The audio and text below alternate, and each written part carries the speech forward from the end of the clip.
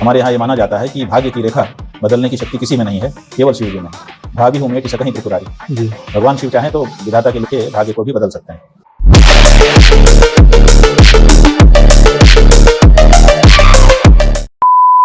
कहते हैं कि भाग्य का लिखा बदला नहीं जा सकता है।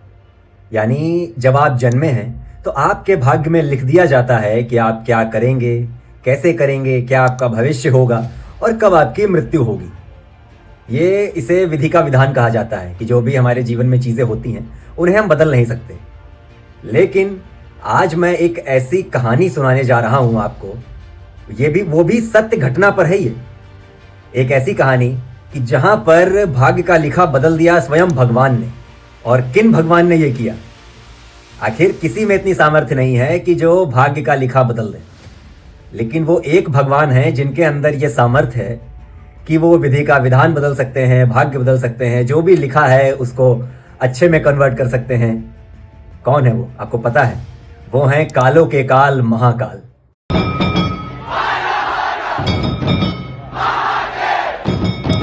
जी हाँ, महादेव कह लीजिए आप उन्हें, भोलेनाथ कह लीजिए, शंकर कह लीजिए, शिव कह लीजिए। भगवान शिव एक ऐसे भगवान हैं जो भाग्य का लिखा बदल सकते हैं। और ये जो घटना है, ये जो कहानी है, ये भी किसी साधारण व्यक्ति की नहीं है। ये हमारे हिंदू धर्म में एक प्रतिष्ठित पद पर विराजमान है। उन्हीं की जुबानी ये कहानी उन्होंने बताई।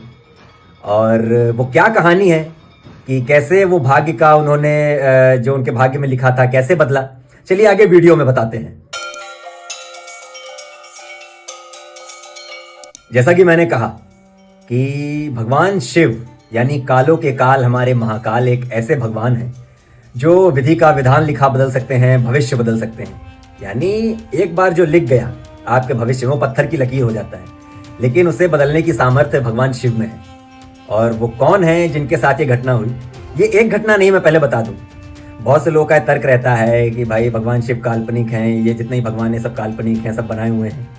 तो हो सकता है आपकी नज़र में काल्पनिक हो, लेकिन कहते हैं ना, प्रत्यक्ष को प्रमाण की ज़रूरत नहीं होती। तो हमारे प्रत्यक्ष में एक वो ऐसे व्यक्ति हैं जिनके साथ ये घटना हुई, और वो हैं हमारे स्वामी अविमुक्तेश्वरानंद जी, जो शंकराचार्य की उपाधि पर विराजमान हैं। तो अगर आप अविमुक्तेश्वरानंद जी को नहीं जानते हैं तो गूगल कर लीजिए, क्योंकि वो इतनी कहते हैं ना प्रख्यात उनका व्यक्तित्व है कि जिनको किसी परिचय की आवश्यकता है नहीं।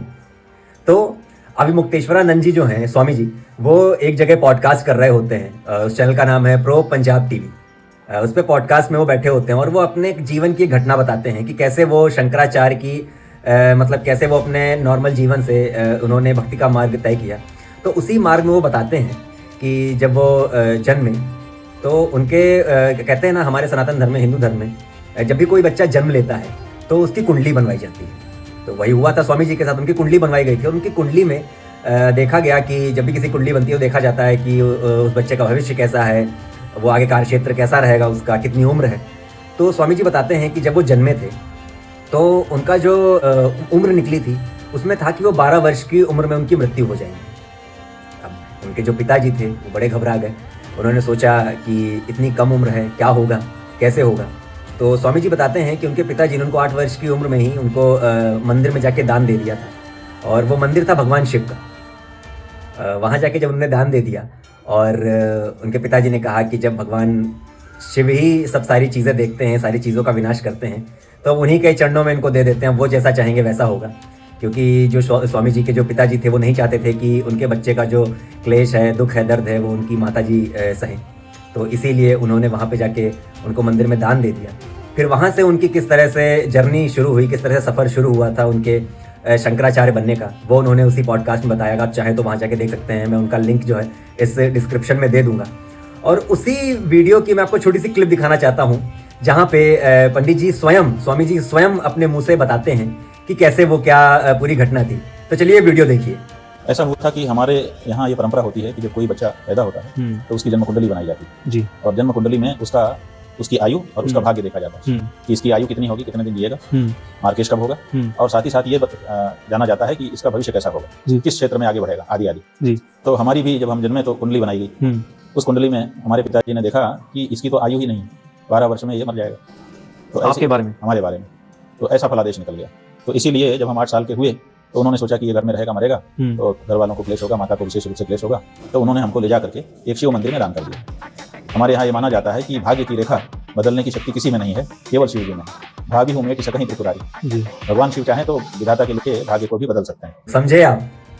महादेव में इतनी सामर्थ्य है, वो जो चाहें वो कर सकते हैं। किसी में इतनी सामर्थ्य नहीं है कि भाग्य का लिखा बदला जा सके, लेकिन हमारे भोलेनाथ ऐसे हैं, वो भाग्य का लिखा भी बदल सकते हैं। तो हर हर महादेव कमेंट में जरूर लिख के जाइएगा।